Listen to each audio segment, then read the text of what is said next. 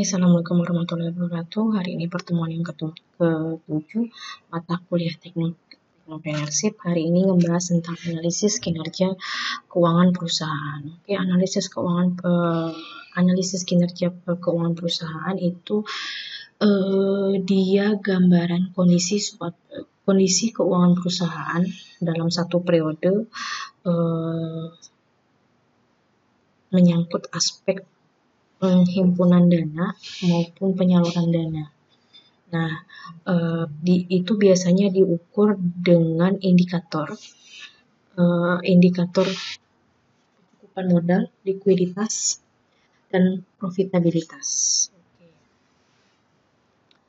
Analisis data keuangan diperlukan agar dapat menilai kondisi perusahaan yang sebenarnya berdasarkan kinerja keuangannya, di mana menggunakan beberapa metode, salah satunya analisa horizontal, vertikal, serta menggunakan beberapa rasio.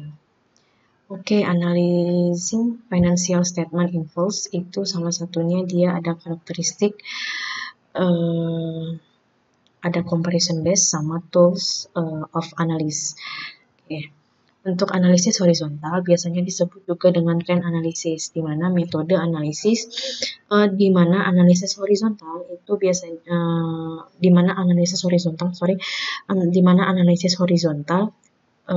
merupakan metode analisis yang dibandingkan suatu pos pada laporan keuangan di dalam satu periode terhadap pos yang sama di periode sebelumnya. Nah, untuk periode yang dijadikan patokan biasanya tahunan atau kuartalan. Oke, untuk analisis horizontal, ilustrasinya seperti ini. Untuk peningkatan aset, dia mencapai 15%. Ini lebih banyak disebabkan oleh peningkatan laba yang biasa kalau gitu dia dikarenakan ada hutang. Oke, laba kotor, gross profit itu dia meningkatkan laba bersih yang dari 17%, 17,1% menjadi 26,5%. Ya, menandakan di mana suatu perusahaan itu tumbuh dengan baik. Oke.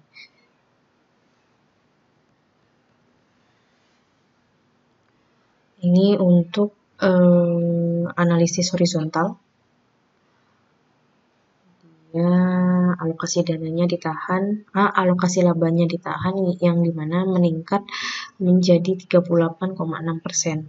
Yang dikontribusi untuk di net income itu tersedia dijadikan pendanaan ekspansi perusahaan. Oke, untuk analisis vertikal biasanya disebut dengan common size analysis, di mana analisis vertikal untuk metode analis biasanya dibandingkan dengan dua pos atau akun dalam periode yang sama.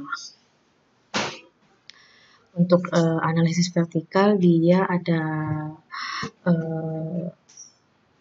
pos akun total aset, terus total liabilitas dan ekuitas serta pendapatan penjualan yang biasanya menjadi faktor pembagi utama dalam metode analis vertikal.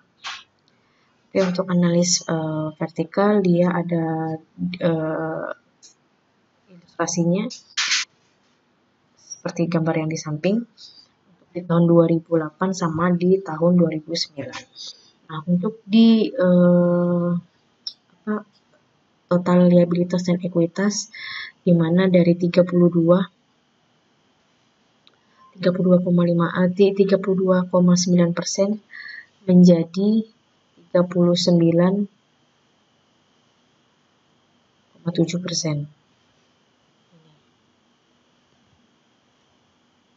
Ya, yang dimana biasanya dia untuk di suatu perseroan itu untuk mengalokasikan dananya lebih banyak untuk penambahan modal. Oke, margin laba kotor atau laba bersih yang margin laba kotor dan laba bersih yang mengalami peningkatan menunjukkan perseroan sedang mengalami pertumbuhan bisnis yang positif dan menguntungkan. Oke, untuk analisis vertikal, ada dua company, ada Quality Department Store sama JC Penney Company. Untuk analisis rasio, di mana mengungkapkan hubungan antara beberapa pos yang terdapat di dalam suatu laporan, harus dilihat dari rasio likuiditasnya, rasio aktivitasnya, rasio pembiayaan, sama rasio kinerja. Nah, untuk sebuah rasio tunggal itu tidak akan banyak bermanfaat apabila hanya berdiri sendiri. Jadi ada pembandingnya. Oke, untuk rasio likuiditas, untuk asset test, interest conversion ratio, working capital ratio, sama working capital seperti ini rasio untuknya, hitung-hitungannya. Terus untuk rasio pembiayaan, debt to equity, debt to asset, solvency ratio,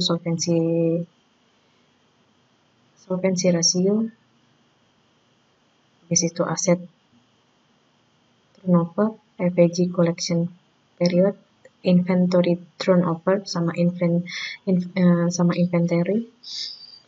Oke, untuk rasio kinerja,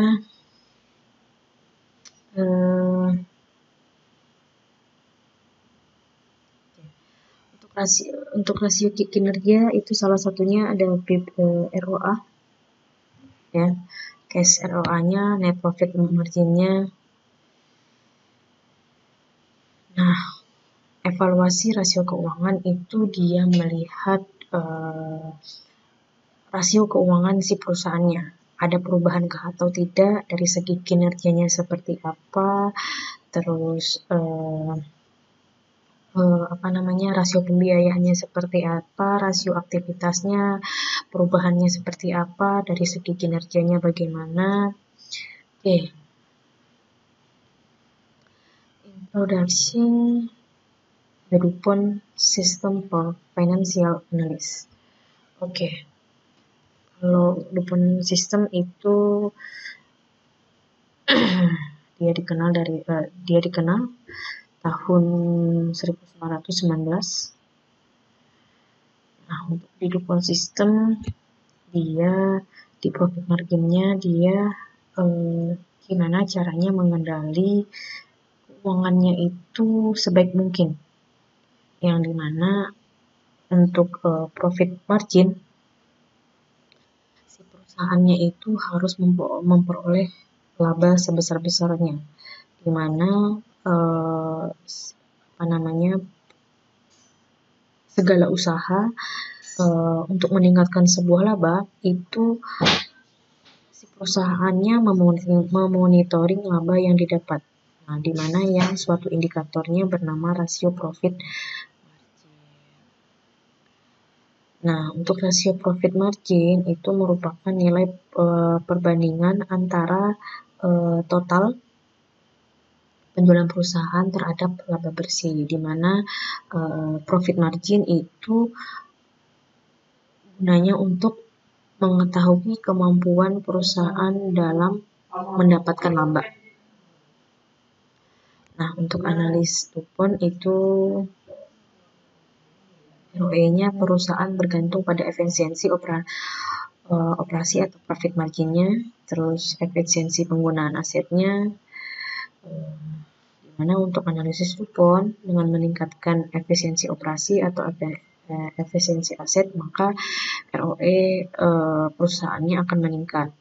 Nah, untuk meningkat sebuah ROE-nya, dia harus meningkatkan penggunaan utang dalam pendanaan sampai dengan batas waktu tertentu, yang dimana harus diperhatikan suatu perusahaan itu tidak boleh banyak berhutang, di mana dapat memberikan dampak yang sebaiknya terhadap profit margin-nya.